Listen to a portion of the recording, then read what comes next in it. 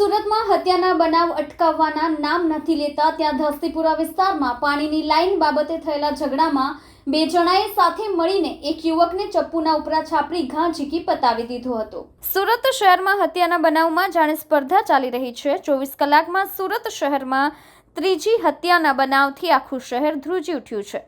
Police સૂત્રોના જણાવ્યા પ્રમાણે લાલગેટ વિસ્તારમાં આવેલા ધસ્તીપુરા ખાતે પાણીની લાઈન નાખવા બાબતે થયેલા ઝઘડામાં ગત મોડી રાત્રે 2 વાગ્યાની આસપાસ 27 વર્ષીય અફઝલ પટેલે ઘર નજીક આંતરીને શહેજાદ મોમીન અને એઝાઝ મોમીને ચપ્પુના ઉપરા છાપરી ઘા ઝીકી દેતા ગંભીર રીતે ઈજાગ્રસ્ત થયેલા અફઝલ પટેલને સારવાર અર્થે નજીક સિવિલમાં ખસેડવામાં આવ્યો હતો, જ્યાં ચાલુ સારવાર દરમિયાન તેનું મોત નીપજ્યું હતું।